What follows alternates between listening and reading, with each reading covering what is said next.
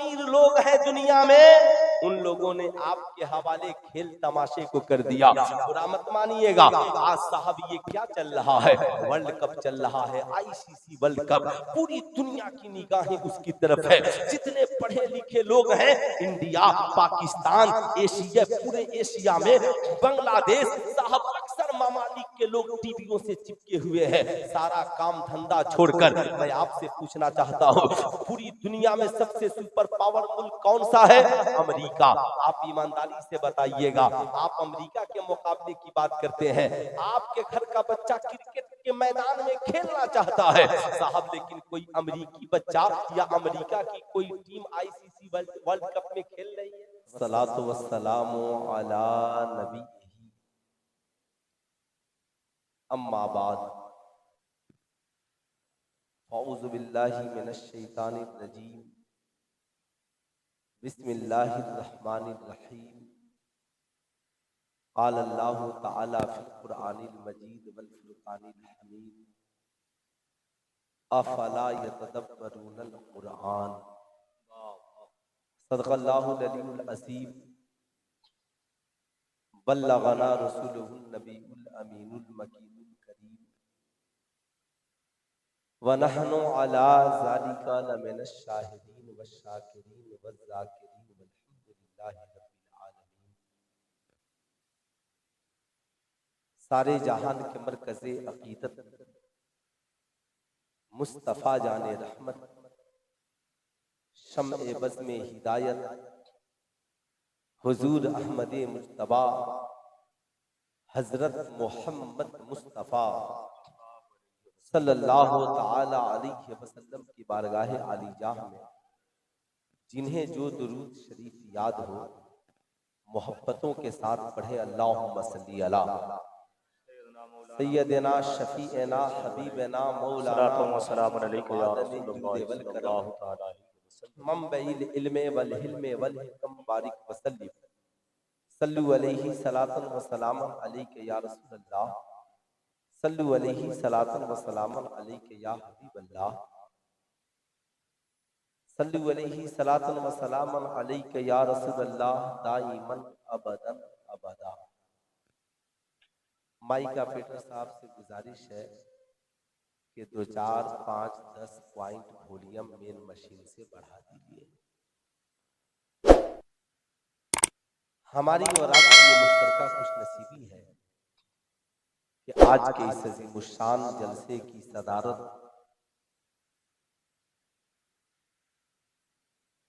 सिर्फ एक आलिम नहीं बल्कि उस्ताजुल उलमा, सिर्फ अलकाब के एतबार से नहीं, हकीकी तौर पर उस्ताजुल उलमा जलालतुल इल्म, जिनके लाखों शागिर्द पूरे भारत में कई बड़े बड़े इदारे के प्रिंसिपल हैं। अल्हम्दुलिल्लाह बावकार शख्सियत गोपालगंज में पैदा हुई और पूरी दुनिया में उनका इल्मी फैज़ान इस वक्त पहुँच रहा है। हुजूर उस्ताजुल उलमा हज़रत अल्लामा अलहाज अशाह मखदूम ग्रामी वकार हज़रत अल्लामा वसी अहमद साहब क़िबला वसीम सिद्दीकी दामत बरकातहू लालिया वसिया की ज़ात यहाँ पे तशरीफ रखती है। और इस जलसे की बहुत बड़ी खुशनसीबी है कि औलादे गौसे आज़म वारिसे जुब्बे मौलाए कायनात गुले गुलजारे वास्तियत व कादरियत पीरे तरीकत रहबरे राहे शरीयत हुजूर अलहाज शाह सैयद हसन बिन नूर वास्ती मसौली शरीफ की सरपरस्ती हुजूर वाला की आमद, साथ ही साथ हमारी जमात के बहुत बड़े खतीब औलादे गौसे आज़म हज़रत अल्लामा अलहाज हुजूर अशाह सैयद शबाहत हुसैन मियां साहब क़िबला मुरादाबाद, साथ ही साथ शायरी की दुनिया का बेताज बादशाह हजरत शायर इस्लाम अजमत रजा भागलपुरी मेरे बाद आप उन्हें समाप्त करेंगे। और आपने अभी मुझसे पेशतर नईम रजा वारसी से समाप्त की, अख्तर जिया मुजफ्फरपुरी, अरशद इकबाल अशरफी, हिंदुस्तान के कई अजीम नकीब भी आज के जलसे में है। अल्लामा अब्दुल मालिक मिसबाही साहब किबला है ना, वसीम मजहरी साहब किबला, हमारी जमात के मुमताज उलमाए कराम अल्लामा रफीक साहब किबला, उनके अलावा मुअज़्ज़ज़ हस्तियां तशरीफ रखती हैं। सबका नाम तो मैं इस मुख्तसर वक्त में नहीं ले सकता। फरमाइशें आप हजरात के तरफ से बहुत हैं, लेकिन खतीब फरमाइश पूरी नहीं कर पाता, ये तो शायरों के हिस्से में है। एक शेर मैं पढ़ता हूँ, अच्छा लगे तो सुभान अल्लाह कह सकते हैं, और नबी की बात अच्छी न लगे तो फिर इलाज के लिए खानकाहों में पहुंच जाइए, और खाना अच्छा न लगे तो इलाज के लिए अस्पताल में पहुंच जाइए। तबीब दोनों जगह है, फर्क ये है कि साहब यहाँ जो तबीब है वो दिल का इलाज करता है, और वहां जो तबीब है वो जिस्म का इलाज करता है। एक पत्थर की भी तकदीर संवर सकती है, वाह वाह, एक पत्थर की भी तकदीर संवर सकती है, शर्त ये है उसे करीने से तराशा जाए। एक पत्थर की भी तकदीर संवर सकती है, शर्त ये है उसे करीने से तराशा जाए। अपनी मट्टी पे ही चलने का तरीका सीखो, अपनी मट्टी पे ही चलने का तरीका सीखो, संगे मरमर पे चलोगे तो फिसल जाओगे, संगे मरमर पे चलोगे तो फिसल जाओगे। हजरात, हमारी और आपकी ये मुश्तरका खुशनसीबी है कि आज उस बारगाह में खिराजे अकीदत पेश करने के लिए हाजिर है जिस बारगाह से कोई मायूस नहीं होता। मेरे इमाम फरमाते हैं, मेरे इमाम फरमाते हैं, वाह क्या मर्तबा है गौस है बाला तेरा, ऊंचे ऊंचों के सरों से है कदम आला तेरा, जिंदाबाद सर भला कोई क्या जाने है कैसा तेरा, औलिया मलते हैं आंखें वो है तलवा तेरा। आज हम लोग अल्हम्दुलिल्लाह मजार वाले भी हैं, मस्जिद वाले भी हैं, मदरसा वाले भी हैं, खानकाह वाले भी हैं, फातिहा वाले भी हैं, दुरूद वाले भी हैं, मुस्तफा वाले भी हैं, खुदा वाले भी हैं। अल्लाह का करम है, अल्लाह ने ऐसा इंतजाम किया। आप ईमानदारी से बताइए, क्या सिर्फ क्या रहमी में ही सरकारे गौस की याद है?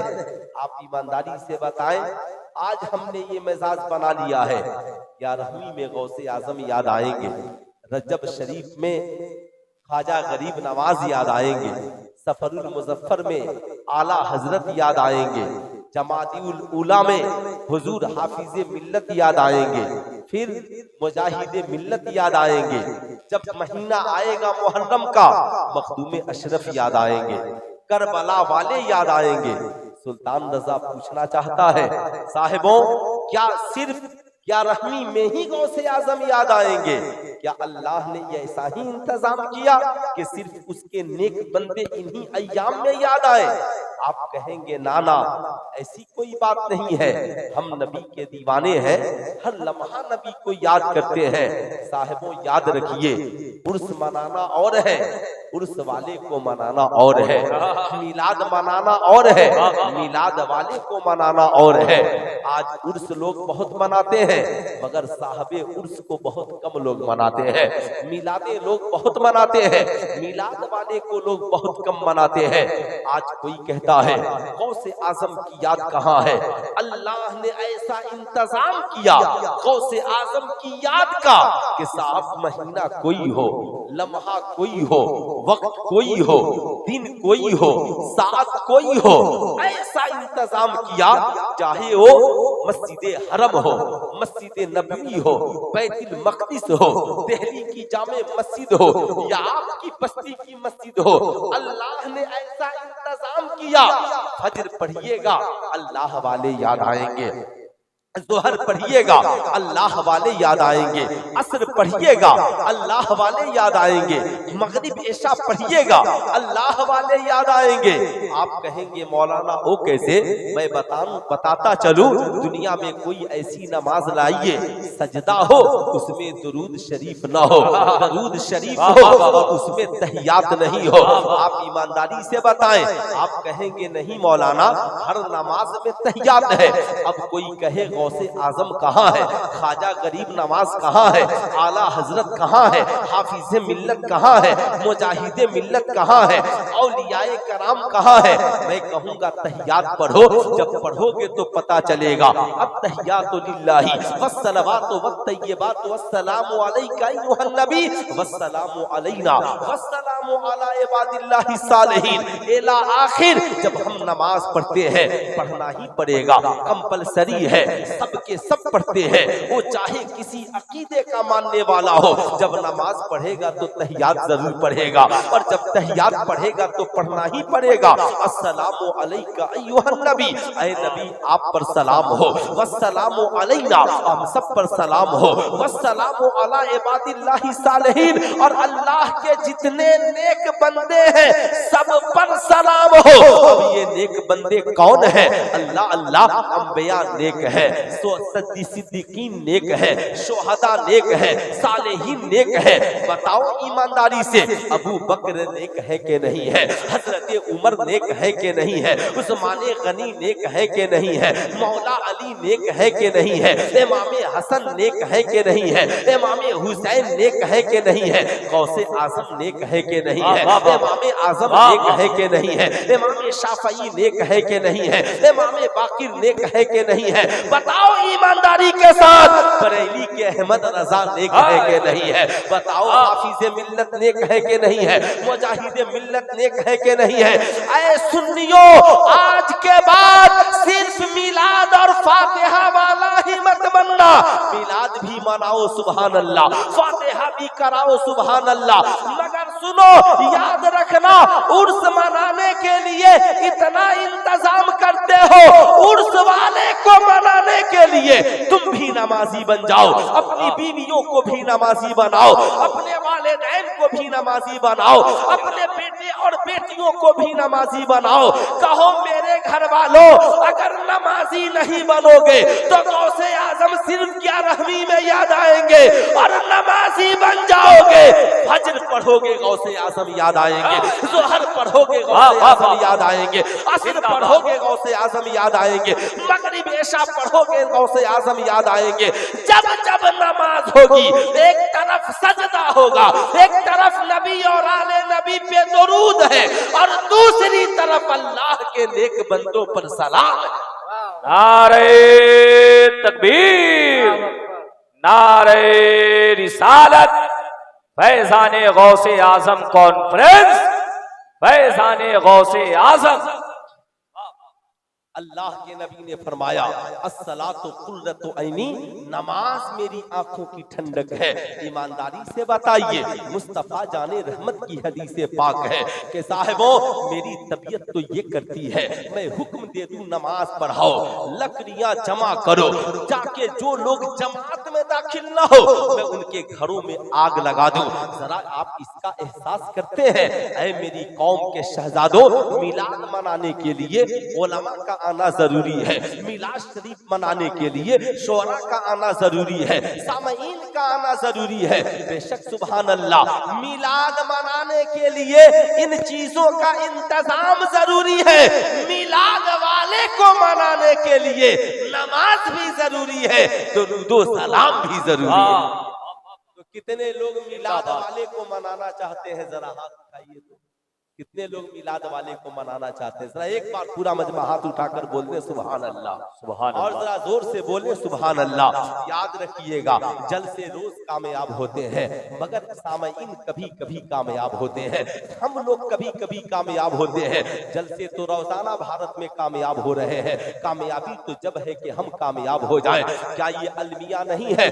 बुरा मत मानिएगा, बड़े जो अमीर लोग हैं दुनिया में उन लोगों ने आपके हवाले खेल तमाशे को कर दिया। बुरा मत मानिएगा, आज साहब ये क्या चल रहा है, वर्ल्ड कप चल रहा है, आईसीसी वर्ल्ड कप, पूरी दुनिया की निगाहें उसकी तरफ है। जितने पढ़े लिखे लोग हैं, इंडिया, पाकिस्तान, एशिया, पूरे एशिया में बांग्लादेश, साहब अक्सर ममालिक के लोग टीवियों से चिपके हुए हैं। सारा काम धंधा छोड़कर मैं आपसे पूछना चाहता हूँ, पूरी दुनिया में सबसे सुपर पावर मुल्क कौन सा है?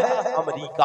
आप ईमानदारी से बताइएगा, आप अमेरिका के मुकाबले की बात करते हैं, आपके घर का बच्चा क्रिकेट के मैदान में खेलना चाहता है साहब, लेकिन कोई अमेरिकी बच्चा या अमेरिका की कोई टीम आईसीसी वर्ल्ड कप में खेल रही है? बोलिए, अमेरिका की कोई टीम खेल रही है? अरे भाई, इसका वॉल्यूम बढ़ाइए ना, सारा माइक को बंद कीजिए, इसका सिर्फ बढ़ाइए मेन मशीन से। याद रखिए, कितने होशियार है वो। आपको दे दिया, एक बैट ले लीजिए, एक बल्ला ठोक ठाक करते रहिए, अब पूरे मुल्क को पागल बना करके रखिए। पढ़ने की जरूरत नहीं है, किताब देखने की जरूरत नहीं है। अब साहब इंडिया इसी में लगा है, चाइना, इंडिया इसी में लगा है, बांग्लादेश इसी में लगा है, पाकिस्तान इसी में लगा है, अफगानिस्तान इसी में लगा है, श्रीलंका इसी में लगा है। मगर ईमानदारी से बताइएगा, अमेरिका की कोई टीम वर्ल्ड कप में है? बोलिए जोर से, कोई अमेरिकी क्रिकेट देखता है? कोई अमेरिकी टिकट कटाकर इंडिया वर्ल्ड कप देखने आया है? दूसरा मुल्क है उसके बाद रशिया। रशिया की कोई टीम वर्ल्ड कप में खेल रही हो तो बताइए, ईमानदारी के साथ नहीं है। तीसरा मुल्क है चाइना। चाइना की कोई टीम है? साहब क्या तमाशा है, आपके पास अक्ल है ना?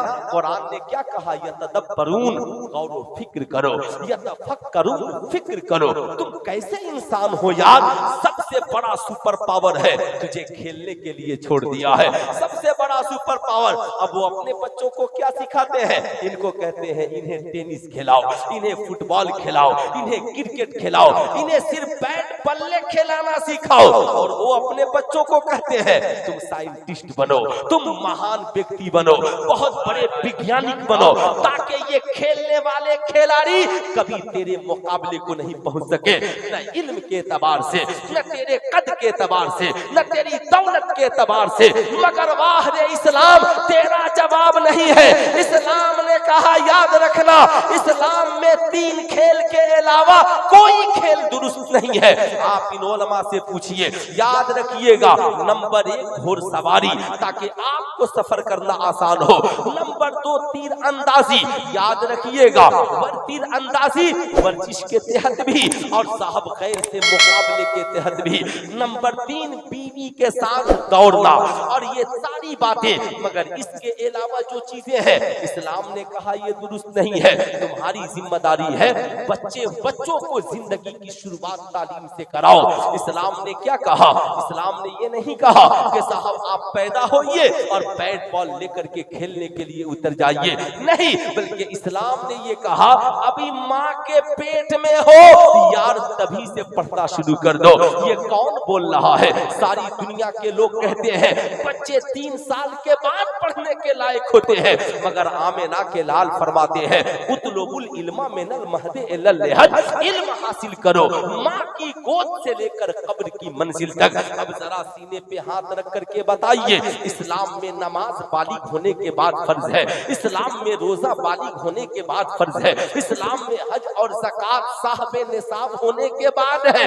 मगर याद रखना, बात जब तालीम की आई तो आमिना के लाल ने कहा तलबुल इल्म फरीज़तुन अला कुल्ले मुस्लिमीन व मुस्लिमा, इल्म हासिल करना हर मुसलमान मर्द और औरत पर फर्ज है। अब ताज्जुब की बात है, सारे लोगों को बैट बॉल पकड़ाकर टीवी से चिपका दिया। अब बच्चा कॉलेज का पढ़ने वाला है, इम्तिहान में तबीयत नहीं लगती, अब ट्रेन में साहब लोग बेचैन है, एक केबिन में 6-6 लोग मोबाइल लेकर के परेशान है, नेटवर्क का काम नहीं कर रहा है। बाहर अमेरिका तेरा जवाब नहीं है। सबको आपने लगा दिया, क्रिकेट खेलो, फुटबॉल खेलो, अब साहब आप खेलते रहिए, आपको पढ़ने से जरूरत नहीं है। मगर साहब उनके यहाँ वैज्ञानिक पैदा हो रहे हैं, उनके यहाँ बिलियन पैदा हो रहे हैं, उनके यहाँ दिमाग वाले पैदा हो रहे हैं, वो मुख्तसर होकर पूरी दुनिया पे हुक्मरानी कर रहे हैं। आपके पास तादाद भी है साहब, वो जानते हो क्यों? पूछो हजरत उमर इब्ने खत्ताब से। उमर इब्ने खत्ताब से, हुजूर आपने आधी दुनिया से ज्यादा पे हुकूमत कैसे कर ली? क्या बहुत बड़ा असलहा आपके पास था, बहुत बड़ी ताकतवर फौज आपके पास थी? कहते हैं ना, मेरे पास जो दौलत थी वो रसूलुल्लाह की सुन्नत थी, आमिना के लाल का किरदार था, रसूलुल्लाह का दिया हुआ कैरेक्टर था, जिसने पूरी दुनिया पे हुक्मरानी करा दी।